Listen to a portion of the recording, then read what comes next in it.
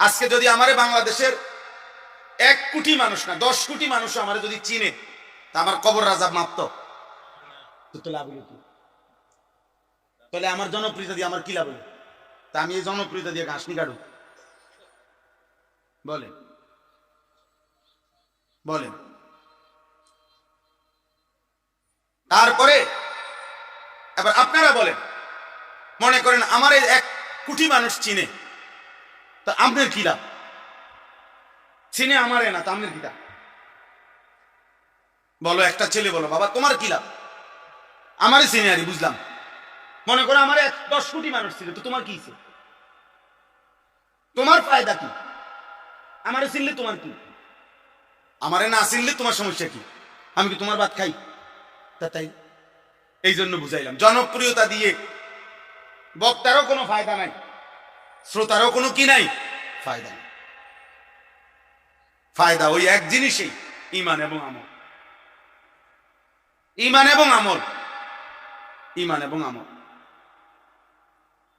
এটাই বাঁচার মাধ্যম, এটাই মুক্তির মাধ্যম। আমার জন্য, আপনাদের জন্য, ছেলেরা তোমাদের জন্য, বয়স্ক বাবা আপনাদের জন্য। আমরা এইসব মিলাই এলে হইতো না। আমি আপনার উপরে খুশি, আপনি আমার উপরে খুশি, তাহলে তো আমরা মিলে দিলে ব্যস্ত নাকি? হ্যাঁ, না না, মিলে দিলে কুমিল্লা, ব্যস্ত না। আমাদের দেশে কয় মিলে দিলে কুমিল্লা। তার মানে আপনি আমার টাকা 500 দিচ্ছেন, আমি আপনার চা বন খাওয়াইছি, আমরা মিলে গেলে হবে না। আমাদের প্রত্যেককেই আলাদা আলাদা। ওয়াকুল্লুহুম আতিহি ইয়াউমাল কিয়ামাতি ফারদা। আল্লাহ তাআলা বলেন, তোমাদের প্রত্যেককেই কিয়ামতের দিন আমি আল্লাহর সামনে একজন একজন, ফারদান আই ওয়াহিদান, আমি আল্লাহর সামনে এসে দাঁড়াতে হবে।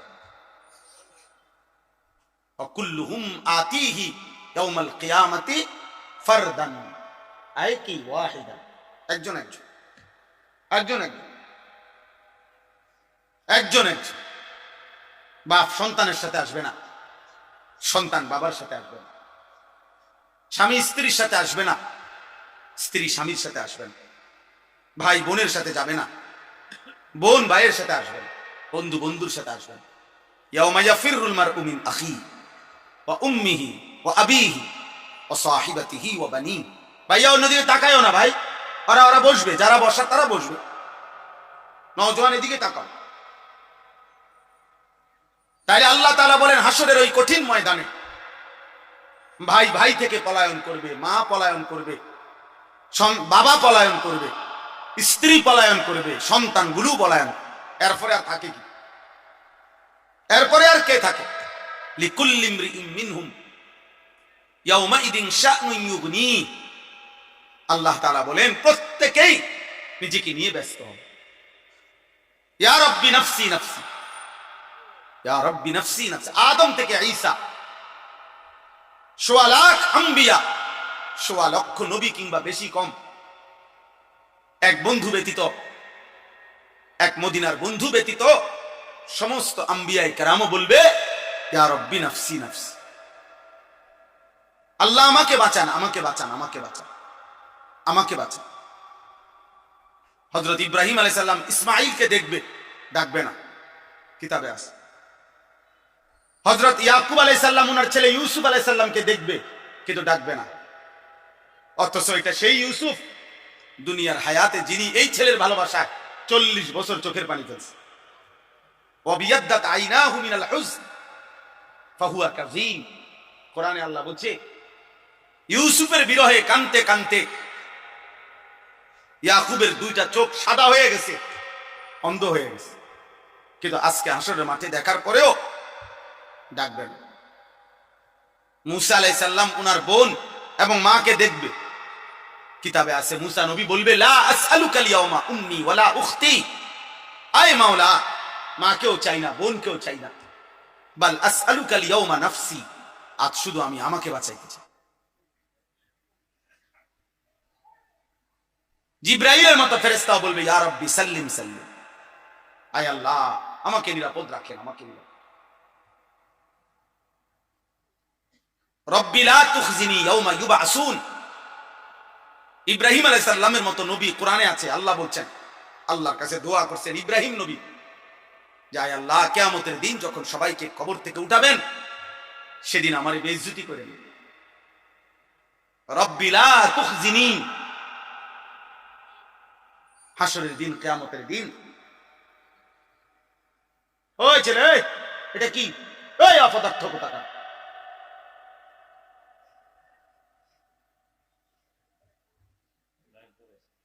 রব্বি লা তুখজিনি ইয়াওমা ইউবআসুন, আল্লাহ হাসরের ওই কঠিন দিনে আমারে বেইজ্জতি করবেন। ইব্রাহিম আলাইহিস সালামের মতো নবী বলছে, ভাইয়া তুমি কে, আমি কে? তুমি আমি কে? আল্লাহ তাআলা কোরআনুল কারীমের মধ্যে বারবার বলছে, বন্ধু আমার, আপনি আখিরাত দিবসের ভয় দেখান। ওয়া আনযিরিন নাস, মানুষকে আপনি ভয় দেখান, আখিরাতের ভয় দেখান। কোরআনুল কারীমের মধ্যে আছে, আখিরাত হাসরের ময়দানের আযাব দেখে জাহান্নামী বলবে, রব্বানা আখিরনা ইলা আজালিন করিব নুজিব দাওয়াতাকা ওয়া নাত্তাবি'র রাসূল। আল্লাহর কাছে বলবে নাফরমান যে, আল্লাহ দুনিয়ায় একটু সময়ের জন্য ফেরত যেতে দেন, এবার যদি দুনিয়ায় ফিরতে পারি আপনার সব কথা মেনে নেব, আপনার রাসূলের কথাগুলো মেনে নেব।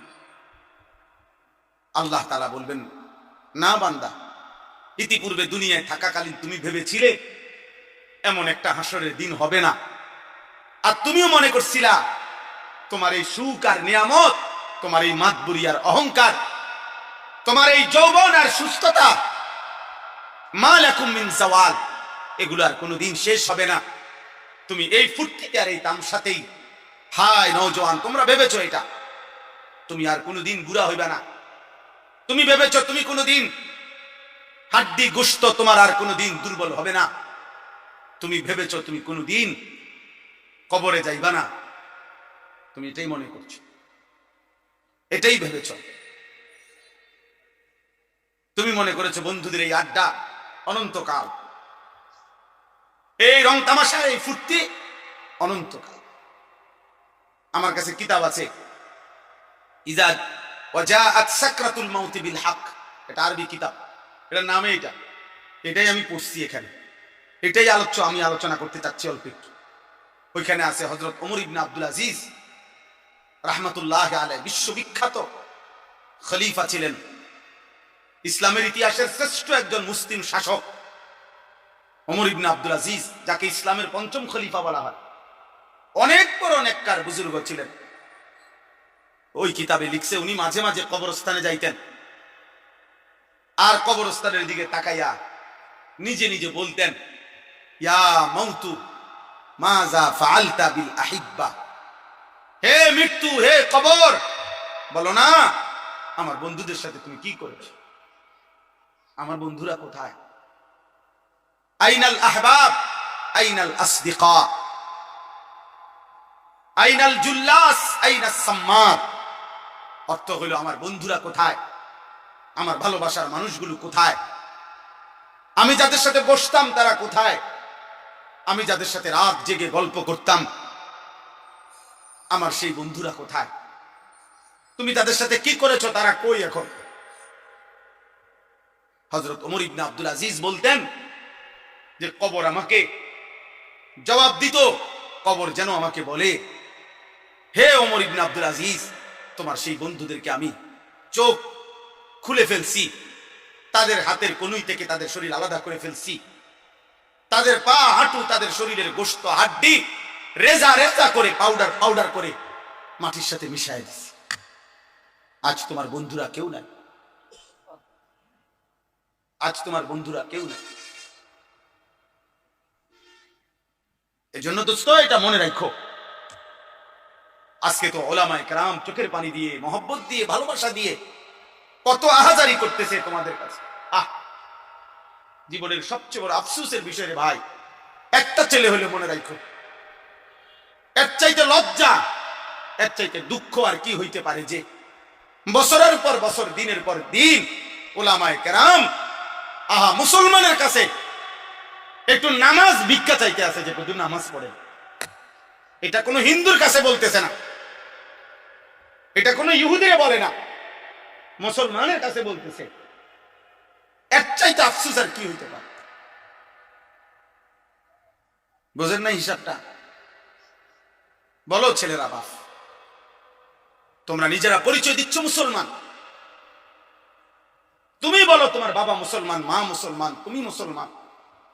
যতবার তোমার ধর্মের পরিচয় জিজ্ঞাসা করছে ততবারই তুমি বললা ধর্ম তোমার ইসলাম, রব তোমার আল্লাহ, নবী তোমার মুহাম্মদুর রাসূলুল্লাহ সাল্লাল্লাহু আলাইহি ওয়াসাল্লাম, কিতাব তোমার কোরআন, তুমি বললা তুমি মুসলমান। হায়, অথচ খোদার 365 দিন, এক বছর এমন পার হয়েছে যে এক বছরে নাফরমান কোনদিন ফজরের নামাজ পড়েনি। হায় নির্লজ্জ, বেহায়া, এই অসভ্য, কেমনে নিজের পরিচয় দিলা মুসলমান? মুসলমান এত বড় জানোয়ার হয়? মুসলমান 365 দিন নামাজ পড়ে না, এটারে মুসলমান বলে? তোমার বিবেকে কি বলে? তোমার ইনসাফে কি বলে বেটা? তোমার বিবেকে কি বলে? একটা ছেলে বলো, একজন বাবা বলেন 30 বছর একজন মুসলমান সুদ খায়, এটা মুসলমানের বাচ্চা? একটা মুসলমান 30 বছর ওজনে কম দেয় প্রত্যেক দিন, এটা মুসলমান? একটা মুসলমান বুঝি প্রত্যেক দিন নর্তকীর ছবি, নাটক, সিনেমা, নাচ, গান, টেলিভিশন দেখবে, এটা মুসলমান? একটা মুসলমান বুঝি 60 বছর পর্যন্ত বিড়ি সিগারেট খাবে, এটা মুসলমান? একটা মুসলমান বুঝি 60 বছর বয়সও কথায় কথায় গালিগালাজ করবে, এটা মুসলমান? ইনসাফ বলো ভাইয়া। যদি মানুষ হয়ে থাকো, জানোয়ার না হও, যদি ইনসান হও, যদি মায়ের পেটে জন্ম নিয়ে থাকো, যদি কোনো মুসলমান মার দুধ খাইয়া থাকো ছেলে, তাহলে মুসলমান এত বড় নিকৃষ্ট কেমনে হয়?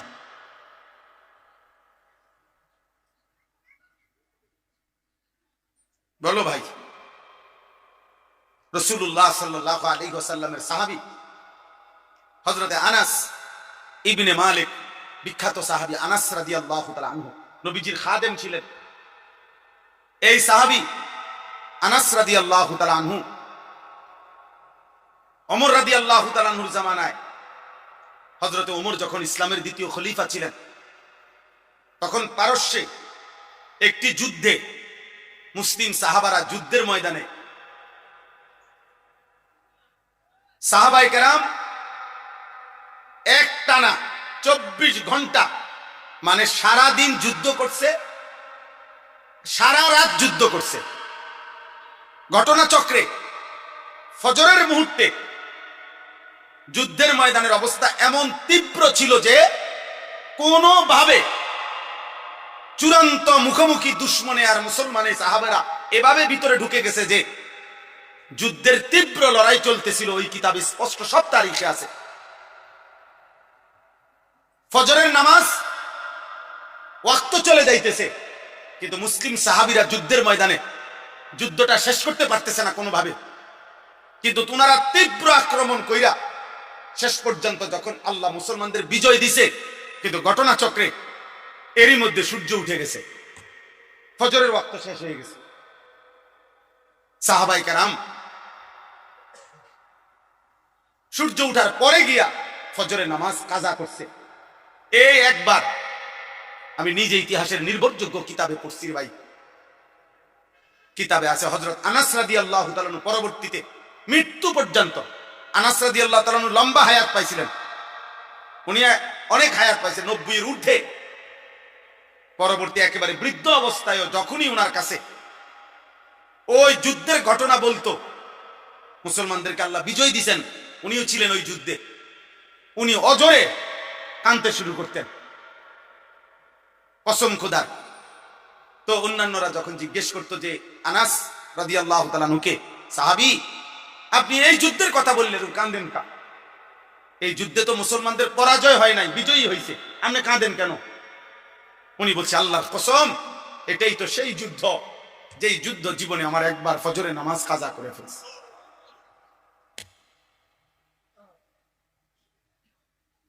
যেই যুদ্ধ আমার জীবনে একবার ফজরের নামাজ, ওটা মনে হইলেই উনি চিৎকার দিয়া কাঁদতেন যে হায় আমার জীবনে একবার তো একদিন আমার জীবনে ফজরের নামাজ তো কাজা হয়েছে।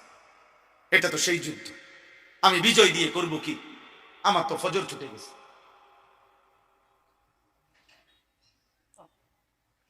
পুরা হায়াতে একদিনের একটি ফজরের নামাজ কাজা হয়েছে, ছেড়ে দেয় নাই। এর জন্য দোস্ত এই পরিমাণ কাঁদছেন যে মৃত্যু পর্যন্ত কাঁদছেন, মৃত্যু পর্যন্ত এই কথা মনে রাখছেন। 18 বছর 20 বছরের প্রিয় ভাই, কিশোর নওজোয়ান সন্তান আমার 16 বছরের সন্তান আছে।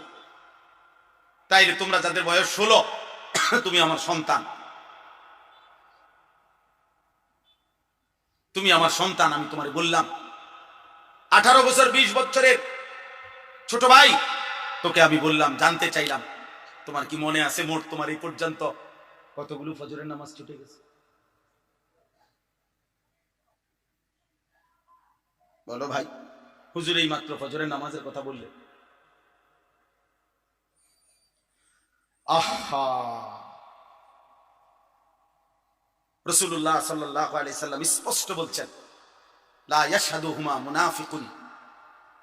এশার নামাজ এবং ফজরের নামাজে উপস্থিত হয় না কে? নবীজি পরিষ্কার বলছে, মুনাফিকুন, মুনাফিক। নবীজি স্পষ্ট বলছে যে ফজরের নামাজ পড়ে না সে মুনাফিক, যে এশার নামাজ পড়ে না সে মুনাফিক। তো সুপারিশ মিলবে কার থেকে বাবা? হ্যাঁ, যিনি সুপারিশ করবেন উনি তো তোমাকে বললেন মুনাফিক। তো তোমার সুপারিশ করবে তোমার কোন আব্বা, তোমার কোন বাপে সুপারিশ করবে? হ্যাঁ, সুপারিশ কি? নবীর সুপারিশ মানে এটা কোনো নিয়ম কানুন নাই। নবী সাল্লাল্লাহু আলাইহি সাল্লাম দুনিয়াতে নাফরমান, মৃত্যু পর্যন্ত বিড়ি খাইতে থাকবে, আর মরলেই হাসরের ময়দানে নবী সুপারিশ করে জান্নাত। এই তো না? সুদ খাইতে খাইতে কবরে যাবে, নবীজি হাসরের ময়দানে জান্নাত দিয়ে দিবেন সুপারিশ করে। এই তো সুপারিশ নাকি? কথা বলেন না কেন? এই সুপারিশ। তুমি যুবক নারী দেখতে দেখতে, উলঙ্গ ছবি দেখতে দেখতে, আরে নাফরমান বেনামাজি, এই সেজদাবিহীন কপাল নিয়ে তুমি কবরে যাইবা, আর নবী তোমার সুপারিশ করে জান্নাত দিয়ে দিবে। এইটা নি সুপারিশের অর্থ? কে বলছে এই কথা? কোনো নিয়ম কানুন নাই, কোনো কাগজপত্র নাই, কোনো ফাইল পত্র নাই। আহা,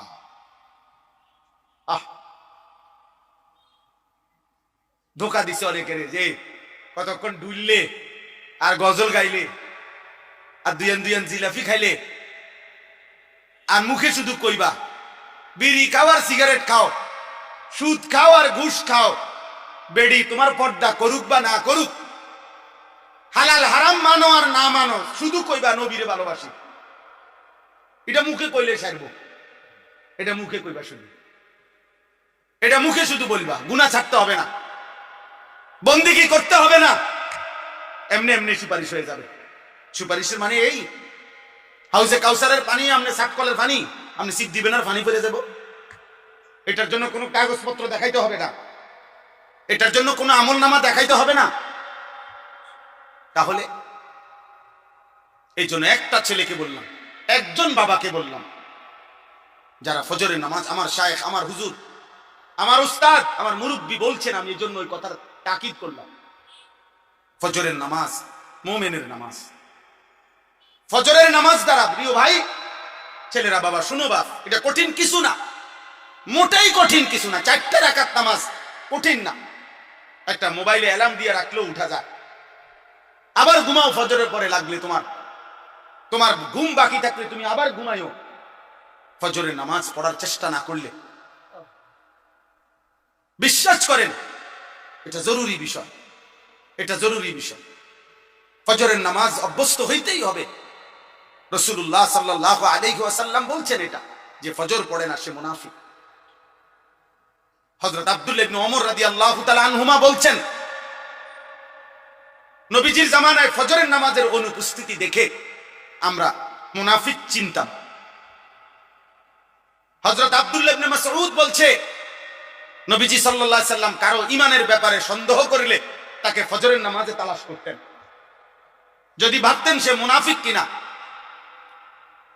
তাহলে তাকে ফজরের নামাজে তালাশ করতেন। 2 দিন 3 দিন ফজরে অনুপস্থিত দেখলে নবী বলতেন, হ্যাঁ আমি এমনটাই ভাবছিলাম যে আসলে সে মুমিন না মুনাফিক। এই জন্য দোস্ত, সব ছেলেরে বলি, প্রিয় ভাই আমার এই কথা মনে রাখো, জুমার নামাজ দিয়া, জুমার নামাজের অনেক ফজিলত, কিন্তু জুমার নামাজের মাধ্যমে মুমিন এবং মুনাফিক চিহ্নিত হয় না ফজরের নামাজ দিয়া। ফজরের নামাজ, ফজরের নামাজ। তুমি তো মনে করছো জুমার নামাজ, না না, জুমার নামাজের নেকি আছে অনেক, কিন্তু তুমি মুমিন নাকি মুনাফিক এটা পার্থক্য করার প্রমাণ, মাপকাঠি হলো ফজরের নামাজ। ফজরের নামাজ। এই জন্য হযরত আব্দুল্লাহ ইবনে মাসউদ বলছেন, রাসূলুল্লাহ সাল্লাল্লাহু আলাইহি সাল্লামের জামানায় চিহ্নিত মুনাফিক যারা, মানে বাস্তবিকে যারা সবাই জানতো মুনাফিক, মানুষের মধ্যে অনেক মানুষ আছে গ্রামে এলাকায় সিল মারা, এটা যে চিহ্নিত সুদখোর, এটা মানুষে চিনে, এমন আছে না?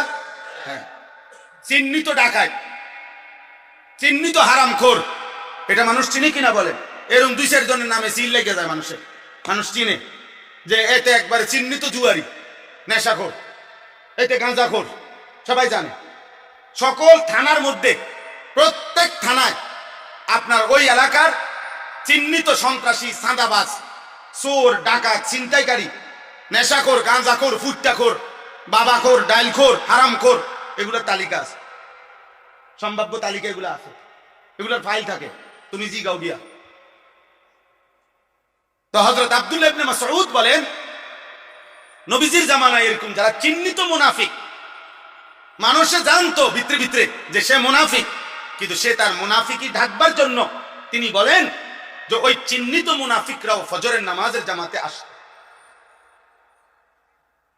যাতে মানুষ স্পষ্ট মুখের উপরে মুনাফিক না বলে, পিছে পিছে কয় কিন্তু সামনাসামনি যেন না বলে, এই জন্য ফজরের নামাজে আসে।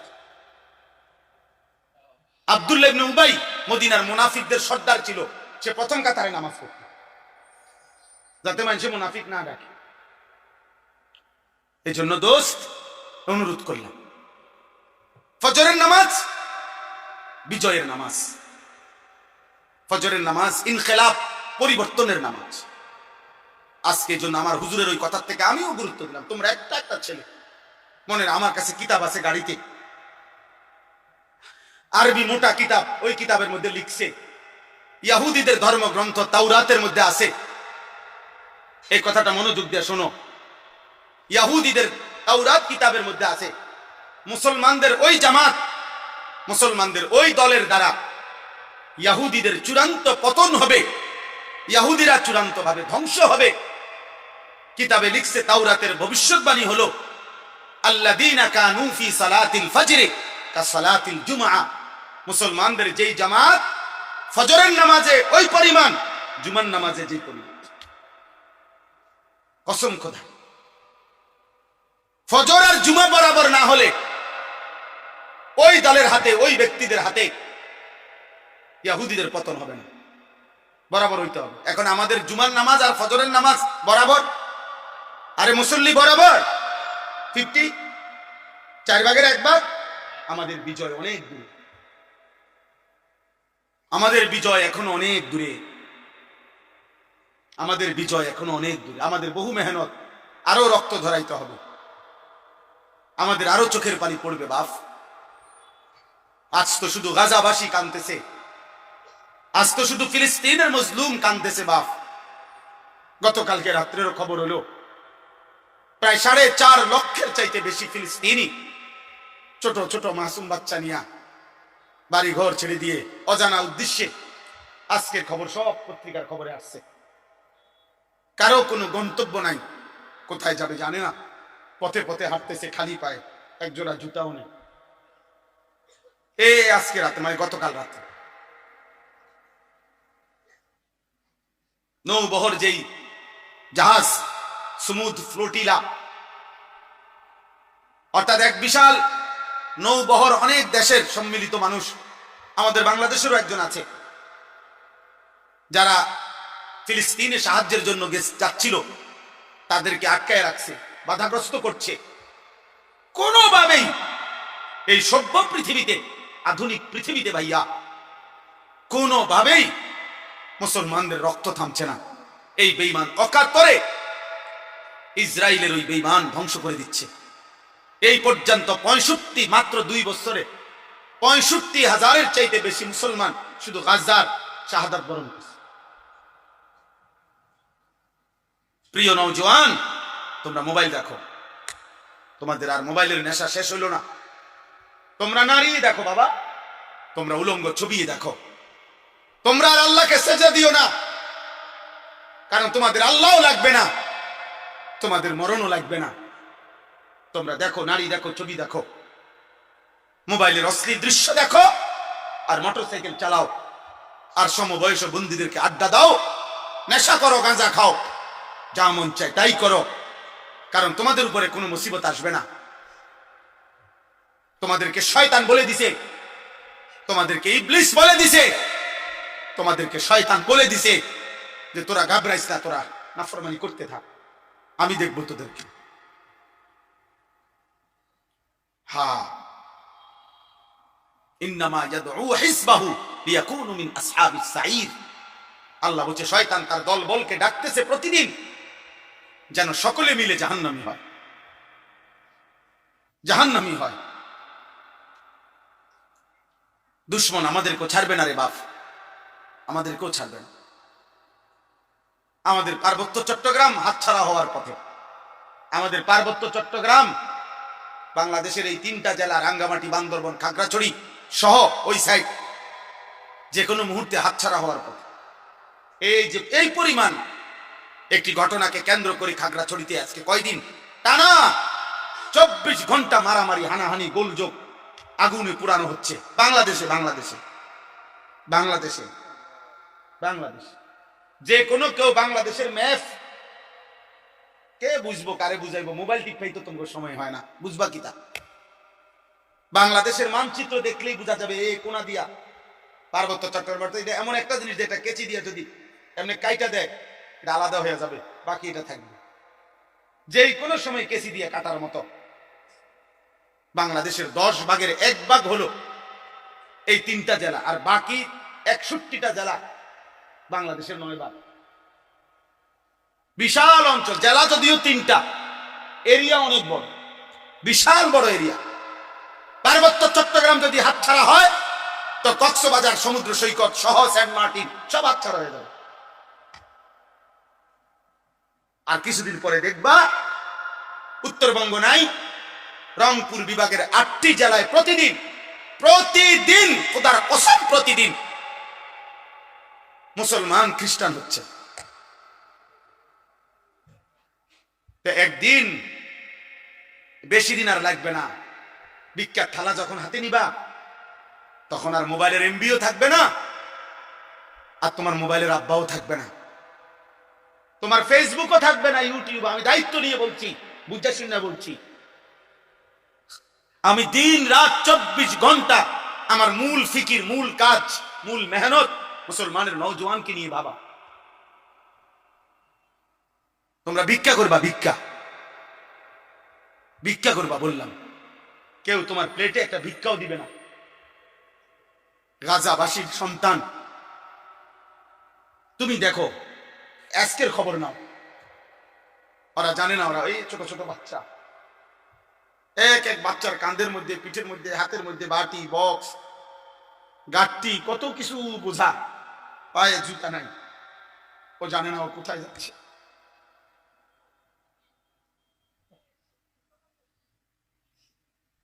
ও জানে না ও কোথায় যাচ্ছে। আমার একটা 4 বছরের মেয়ে আছে, আমি প্রতিদিন রাত্রে 2টা, 2:30, 3টা বাজে মাহফিল থেকে যখন যাই, ওই পর্যন্ত আমার মেয়েটা সজাগ থাকে। আমি গেলে কিছুক্ষণ আদর করলে, বুকে জড়ায় ধরলে, আদর করলে, আমার লগে কিছু কথা থাকে তার, ও তার ভাই বোন অন্যগুলার নামে বিচার দেয় আমার কাছে, ওই মারছে, এই করছে, সেই করছে, এগুলা শুন না আদর করে দিলে তুই আমার মেয়ে ঘুমায়। তো গাজার 4 বছরের বাচ্চা মেয়ে হতো এমন, ও তো বাবার আদর চায়, মায়ের আদর চায়, ও জানে না ওর গন্তব্য কোথায়। সে যদি মেয়েটা যদি বাচ্চা ছেলেটা যদি তার মাকে বলে, মা কোথায় যাচ্ছি আমরা, কি বলবে?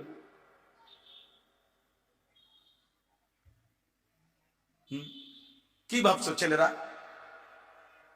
আমরা তোমাকে চেহারা দেখলেই তো বুঝি। অধিকাংশই মাগরিবের নামাজ পড়ো নাই, অধিকাংশই এশার নামাজ পড়ো নাই। যুবক, চেহারা দেখলেই, চেহারার মধ্যে কোনো দয়া মায়ার চিহ্ন নাই। চেহারার চুল দেখলে বোঝা যায় না মুসলমানের বাচ্চা না বেঈমানের বাচ্চা। চুল দেখলে বোঝা যায় না। প্রতিদিন যত্ন করে 300 টাকা খরচ করে, সপ্তাহে 15 দিনে 1 মাসে 300-500 টাকা খরচ করে, আহা মুসলমান বেঈমানের মতো, ওই কুত্তাদের মতো, মুশরিকের মতো চুল রাখতেছ। একজন চুল কাটার পিছনে তখন বুলেটের আঘাতে ওই বাচ্চাটা ঝাঁঝরা হয়ে গেছে। ক্ষুধার্ত সন্তান আর রুটি খাইতে পারে নাই। আল্লাহ যেন বলছে, আয়েশা বর, আমি তোরে জান্নাত থেকেই মেহমানদারি করব। আমি তোকে জান্নাত থেকেই মেহমানদারি করব। এই জন্য বাপ, আমি একজন ছেলের আশায় আছি। আমি কোনো প্রার্থী না, আমার কোনো মার্কা নাই, আমি কোনো নির্বাচনী জনসভায় আসি নাই। আমি আশা করি কোনো একজন ছেলেও যদি ভাবো যে আমার বদলানো দরকার, আমার আল্লাহর সাথে, আমাদের আল্লাহ ছাড়া আগেও কেউ ছিল না, আগামীতেও কেউ নেই। আমরা বেঈমানদের মতো সমপরিমাণ। আমরা যদি 200 কোটি মুসলমানও রাত দিন মাড়ি গাড়ি পরিশ্রম করি, তারপরও কাফের মুশরিকদের সমপরিমাণ দুনিয়া, অর্থ সম্পদ, ক্ষমতা, অস্ত্র সরঞ্জাম আমাদের হবে না। আমি বললাম এটা হবে না। আল্লাহ যদি কাফের চাইতে বেশি পরিমাণ দুনিয়া ইমানদারদেরকে দিত, তো নবী মুহাম্মদকেই দিত। কথা বোঝো নাই? রাসূলুল্লাহ সাল্লাল্লাহু আলাইহি সাল্লামকেই দিত, কারণ উনার চাইতে বেশি তোমারে ভালোবাসে। কথা বলে না? নবীজির চাইতে বেশি ভালোবাসে তোমারে। তো যেদিন আল্লাহ নবী পেটে ক্ষুধার কষ্টে 2টা পাথর বাঁধছিলেন, সেদিন আল্লাহ ছিলেন? কথা বলে না? আরে আল্লাহ ছিল কিনা বলো না? যেদিন নবীজি সাল্লাল্লাহু আলাইহি সাল্লামের দান শহীদ করা রক্তে উহুদের প্রান্তরে পড়েছিলেন ঘন্টার পর ঘন্টা, সেদিন আল্লাহ ছিল? তো তুমি বুঝো না? দুনিয়া মিলবে না বেঈমানের মতো। আমরা যদি বিল্ডিং বানাই 30 তলা, তো বেঈমান স্বাভাবিক বিল্ডিং বানাবে 150 তলা। তুমি ওই পর্যন্ত যাবে কোন দিন? তোমার বিল্ডিং যেদিন হবে 330 তলা, ওদের বিল্ডিং হয়ে যাবে 200 তলা। হ্যাঁ হ্যাঁ, এই জন্য হবে না। আমাদের মাধ্যম একটাই, আমাদের আল্লাহ। আমাদের মাধ্যম, আমাদের সম্পর্ক, আমাদের রাত গভীরের কান্না, আমাদের চোখের পানি, আমাদের সাধ্যমতো প্রস্তুতি এবং আল্লাহর মদদ, এটাই আমাদের বিজয়ের মাপকাঠি। তাহলে এখন আমার দুঃখের কথা এটাই শুধু, যে না আমাদের কাছে সমপরিমাণ কাফের মুশরিকদের সমপরিমাণ অস্ত্র ক্ষমতা কিছুই নাই, আবার আমরা আল্লাহর সাথে সম্পর্ক ছিন্ন করে ফেলতেছি। নামাজও পড়ি না, রোজাও রাখি না, হারাম করে যে 30 বছর হারাম খায়, এটা কি সুদখোর, প্রতিদিন হারাম খাচ্ছে, প্রত্যেকদিন ওজনে কম দেয়। যার স্ত্রী বেপর্দা, এই অসভ্য মহিলা প্রতিদিন বেপর্দা।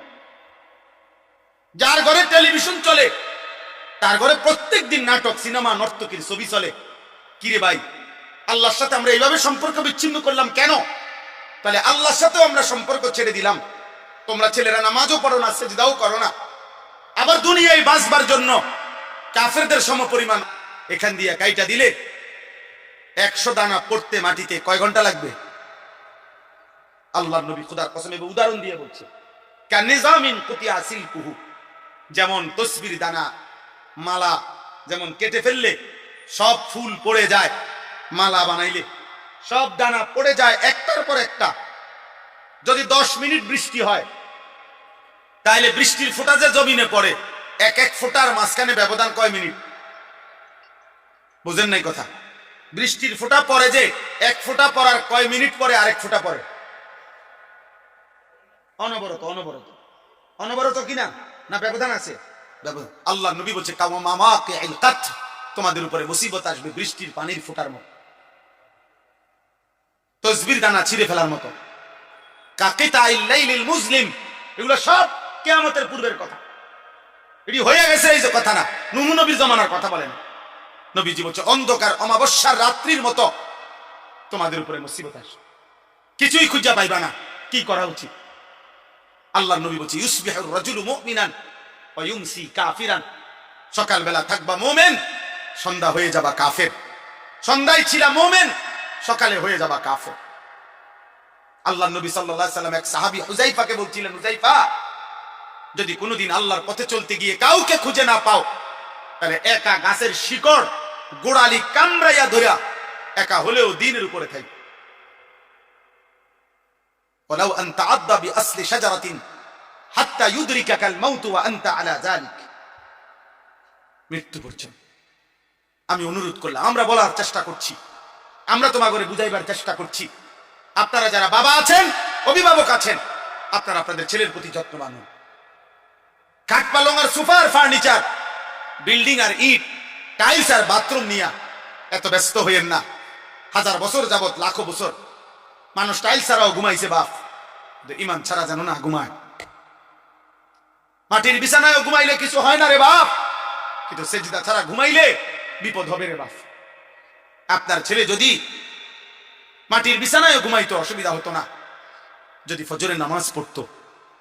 আর লাখ টাকার যদি পালঙ্কেও ঘুমায় অথচ ফজরের নামাজ পড়ে নাই, তো বিপদ হবে আপনারও, আপনার ছেলেরও, মেয়েরও, স্ত্রীরও। অতএব দয়া করে দুই কথা বললাম। এক, প্রিয় ভাই, তোমরা মনে রাখো, বাবা, যদি আগামীর পৃথিবী নিরাপত্তা, আমাদের জানমালের নিরাপত্তা হতে হয়, আমাদের আল্লাহর সাথে সম্পর্ক ছাড়া হবে না। শুধু বাংলাদেশের একটা দল, দুইটা দল নিয়ে ভাবলে হবে না, সারা পৃথিবীর দিকে খেয়াল রাখতে হবে। সারা পৃথিবীর কাফের শক্তি যেই কোনো মুহূর্তে পৃথিবীর যেই কোনো অঞ্চলের মুসলমানদের উপরে আক্রমণ করার জন্য প্রস্তুত।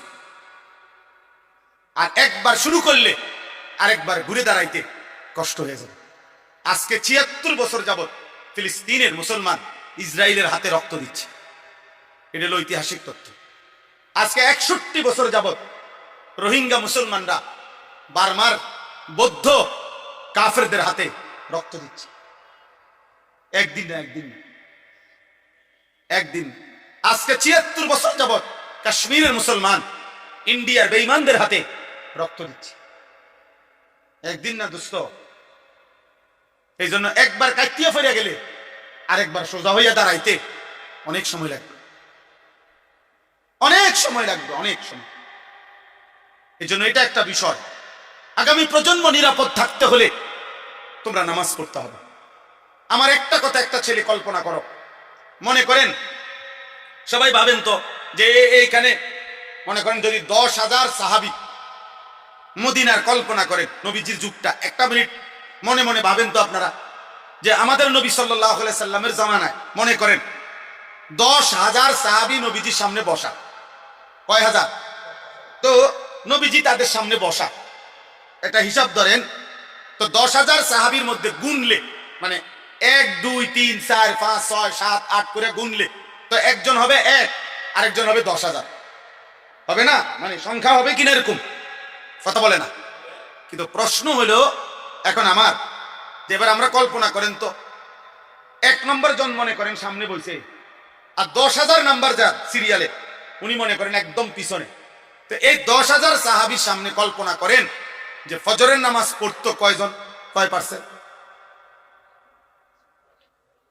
কথা বুঝছেন নি আমার? 5 ওয়াক্ত নামাজ পড়তো কয় পার্সেন্ট? কথা বলে না। হারাম থেকে বেঁচে থাকতো কয় পার্সেন্ট? হালালের উপরে চলতো কয় পার্সেন্ট? হ্যাঁ, তো বিজয় তাদের হবে না, তো আমগুনি হবে। এবার আমরা এখানে হিসাব করি, এখানে আমরা যদি 1000 মানুষ হই, তো এবার আমাদের হিসাব করে গুনেন, আমরা গুনে ফজরের নামাজ কয় পার্সেন্ট? মোবাইলে নারী দেখে না, ছবি দেখে না, উলঙ্গ দৃশ্য দেখে না, এমন কয় পার্সেন্ট? হ্যাঁ বলে, ইনসাফ করেন। তাহলে আমাদের বিজয় আসবে কেমনে ভাই?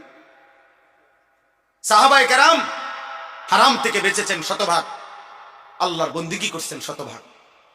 আর আমাদের নেশাগ্রস্ত জুয়ারি, জিনাখোর, বেবিচারী কি পরিমাণ! আমাদের এক এক ছেলের চেহারা দেখলে বোঝা যায় মাত্র 18 বছর 20 বছর, কোডি সাফা ভিতরে ঢুকে গেছে। অসভ্য নারী দেখতে দেখতে, উলঙ্গ ছবি দেখতে দেখতে এই হাইওয়ান নিজের বীর্যপাত হতে হতে তার শরীরটা আর কিচ্ছু নেই। আমি যদি বাপ চাচা না থাকতো ছেলেরা, তাইলে তোম করে কইতাম, শুনাইতাম কাছে থাকা। তোমার কাছে জানে না, আমি জানি।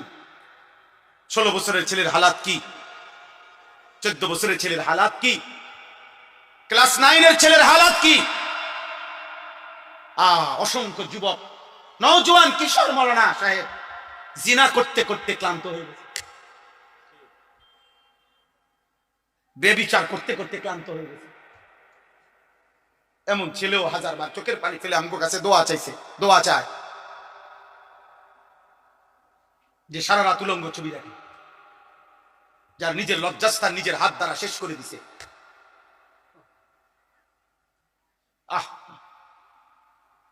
কোন মানুষের শরীরের স্বাস্থ্য, শক্তি, সৌর্য সবকিছুই শেষ করে দিচ্ছে। কি পরিমাণ সন্তান, কি পরিমাণ মানুষ নেশাগ্রস্ত দেখেন। আল্লাহ তাআলা যেটাকে স্পষ্ট হারাম করেছেন, নেশার যেই কোনো জিনিস, প্রিয় যুবক, এক বিন্দু এটাও হারাম, এক বালতিও হারাম। আল্লাহ নবী সাল্লাল্লাহু আলাইহি সাল্লাম একটা কথা শুধু বলি, মারাত্মক ভয়ঙ্কর একটা কথা আছে। নবীজি বলছে, মান শারিবাল খামরা, যে মদ পান করে, নেশা করে, গাঁজা খায়, বাবা খায়, ইয়াবা ট্যাবলেট নেয়, এরকম নেশাগ্রস্ত, খোদার কসম আল্লাহ নবী বলছে তার বড় দুইটা ক্ষতি হয়। এক নাম্বার হলো মান শারিবাল খামরা, যে ব্যক্তি নেশা করে, আল্লাহ নবী সাল্লাল্লাহু আলাইহি ওয়াসাল্লাম বলছে তারাকাস সালাহ, সে টোটাল নামাজ ছেড়ে দেয়, তার আর নামাজ পড়ার তৌফিক হয় না। কিন্তু এরপরের কথাটা আরো জঘন্য, এটা বলতেও আমার কলজাটা কাঁপে। নবী সাল্লাল্লাহু আলাইহি ওয়াসাল্লাম বলছে নেশাগ্রস্ত ব্যক্তি অচিরেই ওয়াকা আলা আম্মাতিহি ওয়া খালাতিহি, আপন চাচি, মামি, ফুফি, খালা, চাচাতো বোন, মামাতো বোন, ফুফাতো বোন, খালাতো বোন, এমন নিকট আত্মীয়র সাথে জিনা এবং ব্যভিচার করতে আগ্রহী হয়। আল্লাহর কসম নবী বলছে। এজন্য যে নেশাখোর ওই জিনা করে, যে নেশা করে সে জিনাও করে, যে জিনা করে সে নেশাও করে।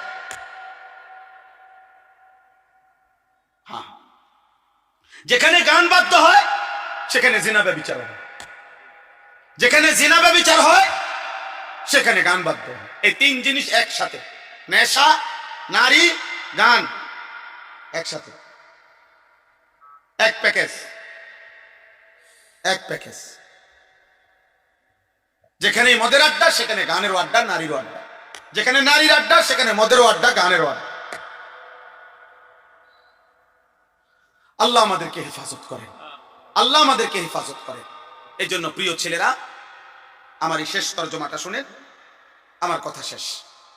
আল্লাহ তাআলা বলেন, ওয়ালাকাদ খালাকনাল ইনসানা, আল্লাহ আমাদেরকে আমাদের মৃত্যুর কথা মনে করাই দেওয়ার জন্য, মৃত্যুর কথা আল্লাহ কয়েকটা কথা বলছে। এক নম্বর, আল্লাহ বলে, শোনো, আমি আল্লাহই প্রত্যেকটা মানুষকে সৃষ্টি করেছি। এক, ওয়া না'লামু মা তুওয়াসবিসু বিহি নাফসু, আল্লাহ তাআলা বলে প্রত্যেকের অন্তরের গভীরে যত গুনাহের কুমন্ত্রণা, গুনাহের আগ্রহ আমি আল্লাহ জানি, লুকাইতে পারবা না। আল্লাহ থেকে লুকানো সম্ভব? কথা বলেন না, উঠাউঠি করেন না। আর 5টা মিনিট শেষ, আমার তর্জমা বললেই শেষ। দোয়া করে যাও ভাই, ছেলেরা কষ্ট করছো, দোয়া করো, দোয়া করে যাও। এরপরে ওয়া নাহনু আকরাবু ইলাইহি মিন হাবলিল ওয়ারিদ, আল্লাহ বলে যেই রগগুলোর মাধ্যমে, শিরা উপশিরার মাধ্যমে শরীরের ভিতরে সারা দেহে রক্ত সঞ্চালন হয়, আমি আল্লাহ তোমার ওই রগ, রেশা, শিরা, অস্ত্র, ক্ষমতা, সম্পদ, এটাও তো তোমাদের নাই, তো টিকবা কেমনে? না আল্লাহ আছে তোমার, না তোমার দুনিয়াবি সম্পত্তি আছে, তো কিছুই তো নাই। তো তুমি বাঁচবা কেমনে? আগামী দিনে টিকবা কেমনে তোমরা? আগামী দিনে টিকবা কিভাবে? কি মনে হয় ইসরায়েল ফিলিস্তিনের সমস্ত মুসলমান হত্যা করলে আর কারো উপরে আক্রমণ করবে না? তো কথা বলে না কেন? না না না, আর করবে না। এরা বলে দিছে যে শুধু আমাদের ক্ষোভ শুধু গাজার মুসলমানের উপরে, বাকি সব মুসলমান আমাকে বন্ধু। তাহলে তাহলে বলো ভাই, বলো। এই জন্য দয়া করে, আমাদের আল্লাহ ছাড়া কেউ নাই। আমাদের খবর, আমাদের কথা শুনবার মতো আমাদের আল্লাহ। আমাদের খবর নেবে একজনই, তিনি আল্লাহ। তিনি আল্লাহ। আমাদের দুনিয়া শেষ না, আমাদের মৃত্যু, আমাদের কবর, আমাদের আখিরাত, আমাদের হাসর, এটা আমাদের মূল টার্গেট। মূল টার্গেট। হাকিমুল উম্মত মুজাদ্দিদুল মিল্লাত হযরত মাওলানা শাহ আশরাফ আলী থানভী রাহমাতুল্লাহ আলাইহি, ওনার মুনাজাতের মধ্যে আছে, আজীবন উনি যেই মুনাজাত করতেন আমাদের কওমি মাদ্রাসাগুলোতে শেখানো হয়, ওইখানে আছে একটা লাইন, এটাও হাকিমুল উম্মত বলতেন, কোন পৌঁছেগা হামে তেরে সওয়া। আয় আল্লাহ, আপনি ছাড়া আমাদের কথা জিজ্ঞাসা করে কে? আমগো খবর নেই কে? আমগো খবর নেই কে? ইসরায়েলের ওই প্রধানমন্ত্রী নেতানিয়াহু দুনিয়াবি কোন দেশকে, কোন সংস্থা, কোন সংঘ কাউকে পাত্তা দেন। ওই দিন জাতিসংঘে সে যখন বক্তব্য দিতে দাঁড়াইছে নেতানিয়াহু, সব দেশের প্রেসিডেন্ট অধিকাংশই চলে গেছে জাতিসংঘের সদর অফিস থেকে, হলরুম থেকে, মানে তার বক্তব্যের মুহূর্তে সবাই উঠতে চলে গেছে। এখন আমি মাত্র ওয়াজ করতে বইলাম, আর আপনারা যদি সব উঠটা জানগা আমার দেখা, তাহলে আমার কাছে এটা প্রেস্টিজে লাগবে কিনা? কথা বলে না কেন? আমার লজ্জা লাগবে না যে এটা ইন্নারিল্লাহ, আমার এটা করলোটা কি? এত বড় বেইজ্জতি আইন না? কিন্তু ওই বেঈমান প্রায় 100 দেশের প্রেসিডেন্ট বের হয়ে গেছে, কিন্তু সে 1 মিনিটের জন্য লজ্জিত হয় নাই, বরং সে তার পুরো বক্তব্য জাতিসংঘের সদর দপ্তরে সে বক্তব্য পেশ করছে এই ইসরায়েলের প্রতি, এবং সে বুঝাইছে পরিষ্কার, সারা পৃথিবী একসাথে এক মাঠে বললেও আমি গাজার উপরে 1 সেকেন্ডের জন্য আক্রমণ থামাবো না, থামাবে না বলছে। অর্থ হইল জাতিসংঘ ওরা চালায়, পৃথিবীর সমস্ত সংবাদ সংস্থা ওরা চালায়, পৃথিবীর মাল্টিন্যাশনাল আন্তর্জাতিক যত কোম্পানি ওরা চালায়, আমেরিকার প্রেসিডেন্ট ইহুদিদের সিদ্ধান্তে হয়, সারা পৃথিবীর সমস্ত কলকাঠি নাড়ে ইহুদিরা। বাহ্যিকভাবে তাদের ক্ষমতাই যে তুমি আমি যে কাউকে চাইলে মিনিটের মধ্যে গুম করে ফেলবে, পৃথিবীর থেকে নিশ্চিহ্ন করে দিবে। আর এটা আমরা মাথায় রেখেই চলি, হারায় গেলে হারায় গেলাম, অসুবিধা কি? মরে গেলে মরেই গেলাম, মরে যাও, তার কোনো শরমের কিছু না। কথা বলে না? কিন্তু ওরা কাউকে পাত্তা দেয় না। এক আল্লাহর আযাব ছাড়া, আল্লাহর ফয়সালা ছাড়া, মুমিনের চোখের পানি ছাড়া, আমাদের সম্মিলিত হিম্মত ছাড়া, আল্লাহর মদদ ছাড়া, বাহ্যিক কোন শক্তি, বক্তৃতা, বিবৃতি দিয়া এই বেঈমানদের থামানো যাবে না। ফেরাউনরে বক্তৃতা দিয়ে নি থামাইছে না মহান আল্লাহর গজব দিয়ে? নমরুদকে বক্তৃতা দিয়ে নি থামাইছে না আল্লাহর গজব দিয়ে? হ্যাঁ, তো সেই মালিককে তো বলতে হবে, আল্লাহর কাছে তো চাইতে হবে, আল্লাহকে তো সেজদা দিবে। চলো ভাই, আজকে নিয়ত করি আমরা সবাই দিল থেকে, আমাদের মৃত্যু, আমাদের কবর, আমাদের আখিরাত, এটা আমাদের মূল বিষয়। সবাই মিলে নিয়ত করো। কিশোর ছেলেরা, আমার আশা ভরসার কেন্দ্রস্থল নওজোয়ান, তোমরা সিদ্ধান্ত নাও, এমনটা কইরো না বাপ। নিজেদেরও ক্ষতি হবে, ইসলামেরও ক্ষতি হবে, মুসলমানদেরও ক্ষতি হবে বাপ। তুমি আল্লাহ চাহে তো তোমাদের যাদের বয়স 16, 18, 20, 22 বছর, বাবা তোমরা তো আল্লাহ চাহে তো বিয়ে করবা, আল্লাহ যদি হায়াত দেয় তো, আল্লাহ যদি দেয় তোমাদেরও সন্তান হবে একদিন ইনশাআল্লাহ, আল্লাহ যদি বাঁচায় তোমাদেরকে। তুমি ভেবে দেখো বাপ, আগামী 20 বছর পরে যদি তুমি বা তোমার পরিবার, বংশধর, সন্তানের নিরাপত্তা না থাকে, কি হবে বাপ? গুনাহ তো আযাব টেনে আনে। কোরআনুল কারীমে আছে কিনা, আল্লাহ এটা বারবার বলছে কিনা, আমাদের সমস্ত আযাব গজব দুনিয়াতে যা হয় কিসের কারণে? গরু ছাগলের গুনার কারণে। কার গুনাহ? কার গুনাহ বলেন না? মানুষের গুনাহ। বিমা কাসাবাত আইদিন নাস, মানুষের হাতের কামাই। বিমা কাসাবাত আইদিকুম, আল্লাহ বলছে তোমাদের হাতের কামাই। আমাদের গুনাহ না গরু ছাগলের গুনাহ? গরু ছাগলের তো কোনো গুনাহই নাই, কুকুর বিড়ালের তো কোনো গুনাহই নাই। আমাদের গুনাহ আমাদের উপরে আযাব আনবে। নবীজি বলছে তোমাদের গুনাহ তোমাদের উপরে আগুনের বৃষ্টি আনবে। খোদার কসম হাদিস। তোমাদের গুনাহ তোমাদের জন্য ভূমিকম্প টেনে আনবে। তোমাদের গুনাহ তোমাদের মাটি ধসায় দিবে। তোমাদের গুনাহ তোমাদের চেহারা বিকৃত করে দেবে। তোমাদের গুনাহ তোমাদের উপরে পাথরের বৃষ্টি বর্ষণ হবে। হ্যাঁ, ফারতাকিবু ইনদা যালিকা রিহান হামরা ওয়া জালজালাতান ওয়া খাসফান ওয়া মাসখান ওয়া কাসফান। আল্লাহ নবী সাল্লাল্লাহু আলাইহি সাল্লাম বলছে কিয়ামতের পূর্ব মুহূর্তে আগুনের লাল বৃষ্টি হবে, জালজালাতান ভূমিকম্প হবে, খাসফান ভূমি ধসিয়ে দেওয়া হবে, মাসখান চেহারা বিকৃত করা হবে, কাসফান পাথরের বৃষ্টি বর্ষণ হবে। ওয়া আয়াতিন তাতাবাউ কানিজামিন কুতিয়া সিলকুহু, নবীজি বলেন একটার পর একটা এভাবে আযাব আসবে যেন এই তসবির দানা